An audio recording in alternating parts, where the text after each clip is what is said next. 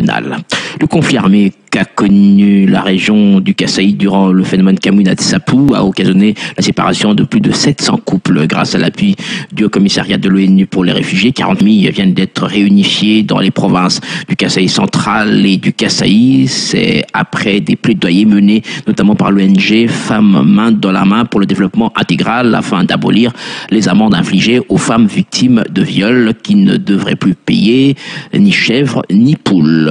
Détail Alain Saveur-Makoba. C'est un ouf de soulagement pour les familles séparées durant les phénomènes Kamwina Tsapou qu'avait connu la région du Kasaï. 40 familles viennent d'être réunifiées à Tchikapa et à Kananga par l'ONG FMDI, ce qui ramène à plus de 70 le nombre de familles déjà réunifiées dans cette région, comme l'explique Nathalie Kambalaloussé, directrice pays de cette ONG. À ces jours, l'année passée, cette année, FMDI, avec l'appui du HCR, nous avons réunifié 82 couples avec une enveloppe de autant d'argent. Je tiens à remercier très sincèrement le Haut-Commissariat des Nations Unies pour le réfugié pour avoir appuyé ces deux grandes activités. Avec la même agence onisienne, les femmes rapatriées, retournées et déplacées ont été aussi formés par FMDI sur les numériques. Vous savez qu'actuellement, le numérique demeure au centre de la vie. Les femmes ne peuvent pas demeurer toujours en marge de cette réalité. Les populations qui n'ont pas encore accès à cette nouvelle technologie de l'information